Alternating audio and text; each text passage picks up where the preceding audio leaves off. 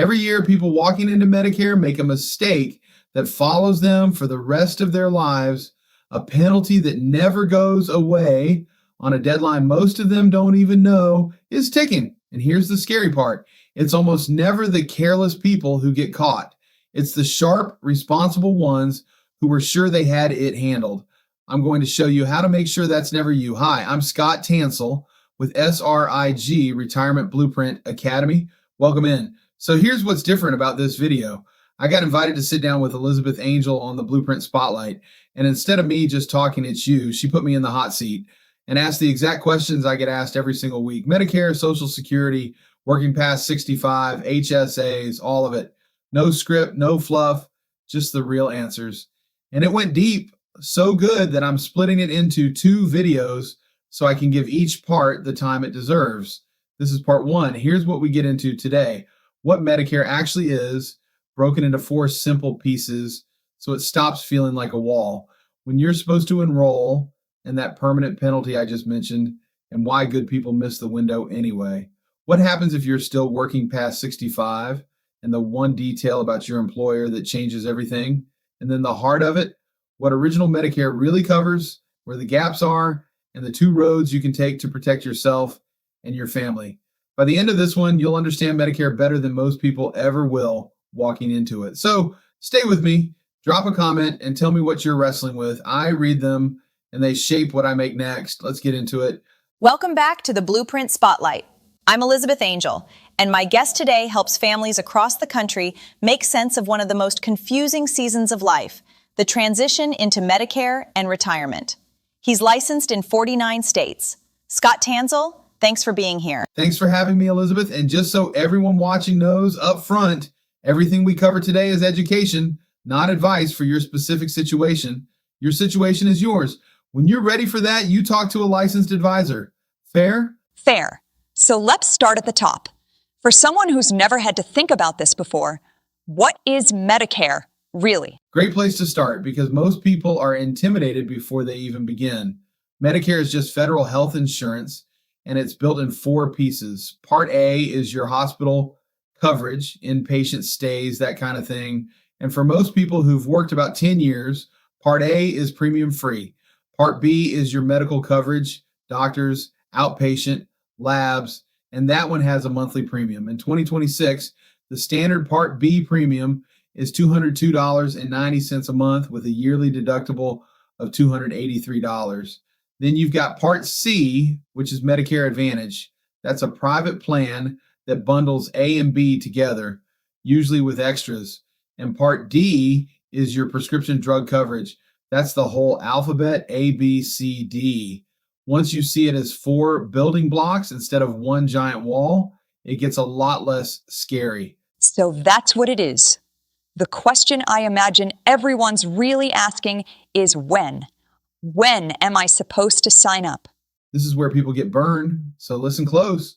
Your first window to enroll is called your initial enrollment period, and it's 7 months long. It starts 3 months before the month you turn 65, includes your birthday month, and runs 3 months after. 7 months total.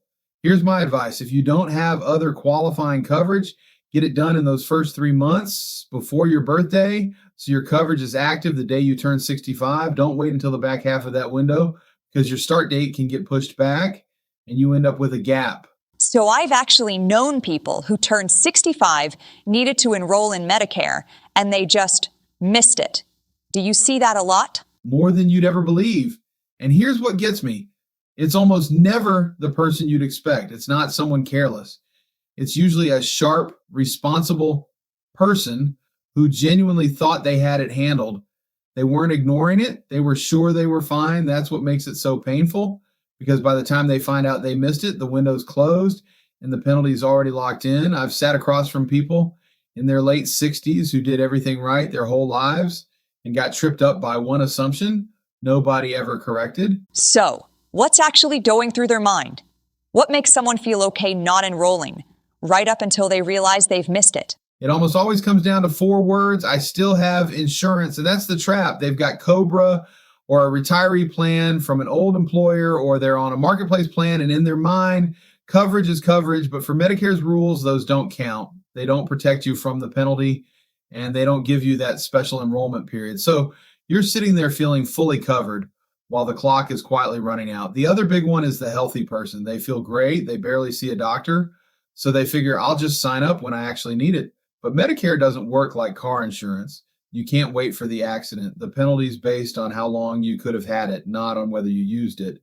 And then there's the person still working past 65 at a small company, under 20 employees. They assume their work plan is primary, just like it always was. But at that size, Medicare usually becomes a primary, whether they enrolled or not. So they think they're double covered when really they've got a gap. And in every one of these cases, the feeling is the same. I'm covered. I'm fine. And the fix is the same too. One conversation before the birthday to pressure test that assumption. That 5-minute check saves people from a penalty they carry for life. Okay, but a lot of people are still working at 65 now. They've got insurance through their job. Do they have to go on Medicare? This is probably the number one question I get, and the answer is it depends on the size of the employer. If you're working for a company with 20 or more employees and you've got real group coverage through that job, you can usually delay Part B without any penalty. When you eventually retire or lose that coverage, you get a special enrollment period, 8 months to sign up and no penalty. And this is a big but. If the company has fewer than 20 employees, Medicare usually becomes your primary insurance at 65, whether you sign up or not. Meaning if you don't enroll, you could be walking around thinking you're covered when you're really not. So you have to know your employer's size. That one detail changes the entire game. That's a huge distinction. What about COBRA? People assume COBRA buys them time.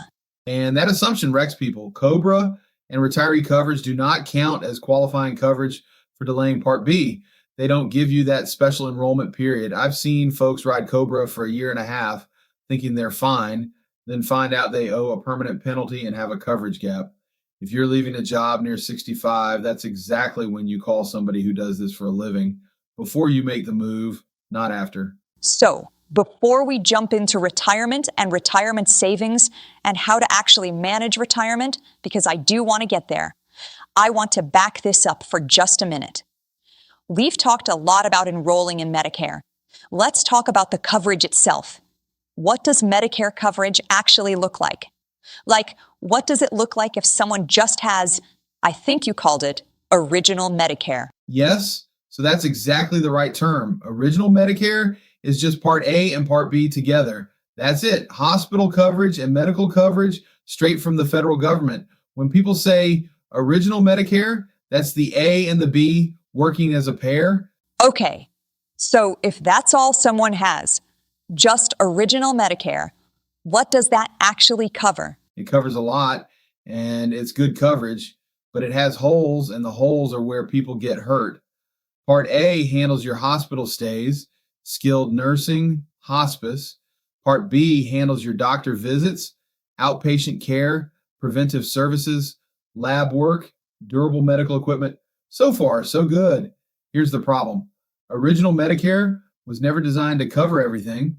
With Part B, after your deductible, you're paying 20% of the cost. And there is no cap on that 20%, none. That's the part that shocks people. If you have a major health event, 20% of a huge bill with no ceiling can be financially devastating. Then on the hospital side, that Part A deductible, about $1,700 in 2026, that's not even a once a year deductible. It's per benefit period, which means in a bad year, you could face it more than once. And on top of all that, original Medicare by itself doesn't include prescription drug coverage, and it doesn't include dental, vision, or hearing. So you've got a strong foundation with some very real exposure sitting on top of it. Okay, so if someone doesn't want those gaps and they want to protect themselves so they're not on the hook for that $1,736 hospital deductible, the $283 on the medical side, and that uncapped 20%, what can they actually do to protect themselves? There are two paths, just two. And the decision here is so important to get right as to determining their path in retirement and their path in healthcare through their retirement. So the way we approach this is through education. My team and I work very hard to lay a solid foundation for every client. And even those who we never end up meeting, but hopefully helped through our content and interviews like this, we want to lay a solid foundation for anyone going into Medicare, or even if they have been on Medicare for years, so that they can make this decision properly.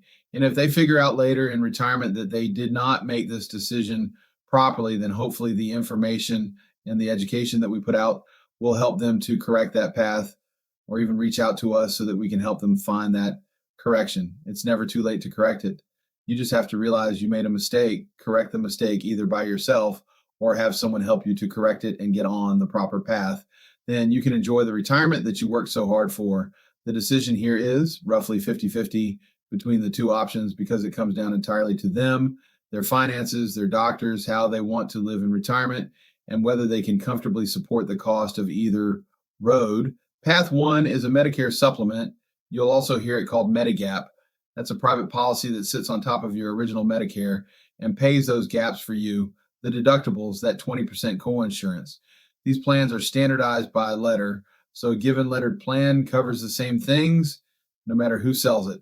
You're just comparing price and the company behind it.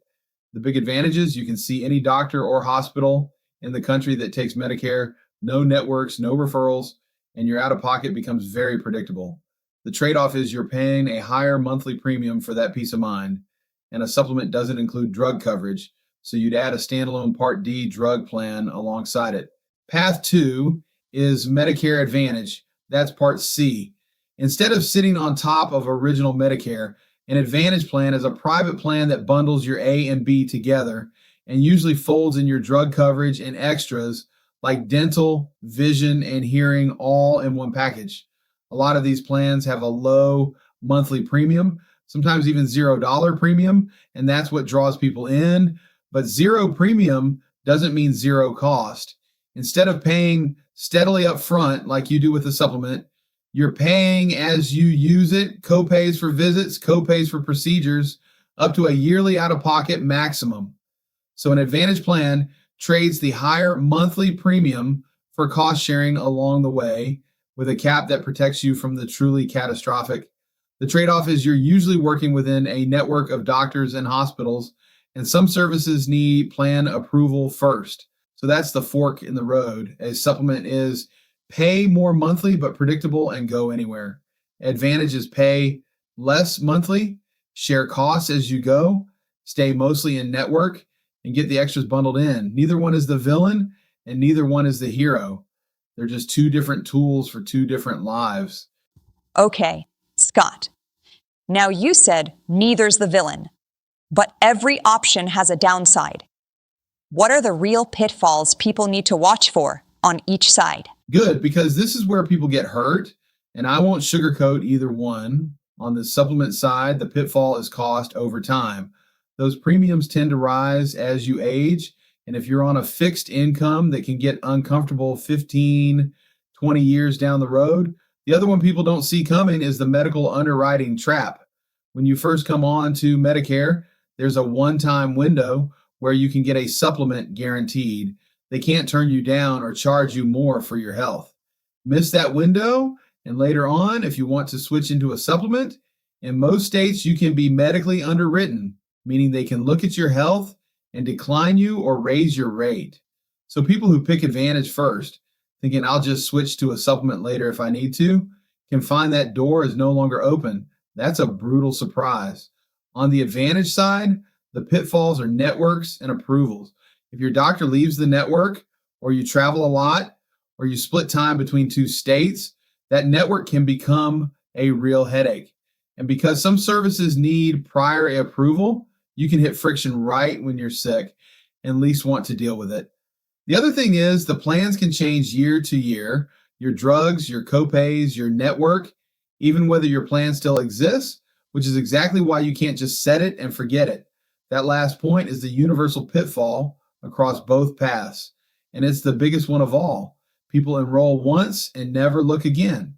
Your health changes, your medications change, the plans change. The mistake isn't picking the wrong path, and it's never revisiting the choice. Wow, this really does seem complicated. So how do you actually protect someone inside all of that? What does shoring it up look like in practice? Three things, and this is the real work. First, we match the path to the person, not the other way around. Before I ever mention a plan, I want to know your doctors, your prescriptions, your budget, whether you travel, whether you're managing a chronic condition, what your spouse needs. The coverage decision should fall out of your life. Your life shouldn't get crammed into a plan. Second, we protect that one-time guaranteed window. If there's any chance a supplement is the right long-term home for you, we're very deliberate about that initial enrollment window because that's the moment you have the most leverage and the fewest barriers. You don't get that moment back, so we don't waste it. Third, and this is the one that actually keeps people safe, we review it every single year. Every year there's a window to make changes, and every year I'm checking, did your drugs change? Did your plan change? Is your doctor still in network? Is there something better now? That annual checkup is how a good plan stays a good plan. Picking the right coverage once is a decision. Keeping it right is a relationship. That's the difference between somebody who sold you a policy and somebody who's actually in your corner. So you've explained the supplement, you've explained Medicare Advantage, and you keep coming back to the fact that it depends on the individual and where they are in life. But I have to ask, do you have a preference? I know clients must ask you. What would Scott Tansill do? No, because what a client and their family need and what is right for them has nothing to do with my opinion or belief. That answer disappoints people sometimes because everybody wants me to just say, this one's the best. But the second I tell you there's one right answer for everybody, I've stopped doing my job because it's not about my preference. It's about what you're trying to accomplish. The retired school teacher who travels 6 months a year and wants zero surprises, that's a very different conversation than the person who's healthy on a tight budget and rarely sees a doctor. Same Medicare, two completely different right answers. My job isn't to have a favorite. It's to listen long enough to figure out which path protects your family and then make sure it keeps protecting them year after year. The best plan is just the one that fits the life in front of me. That's the whole philosophy. The complex made simple. Built around you, not around me. All right, let me jump back in here for a second because Elizabeth and I covered a lot in that first half, and I want to make sure it actually sticks before I let you go. So here's what we hit in part one.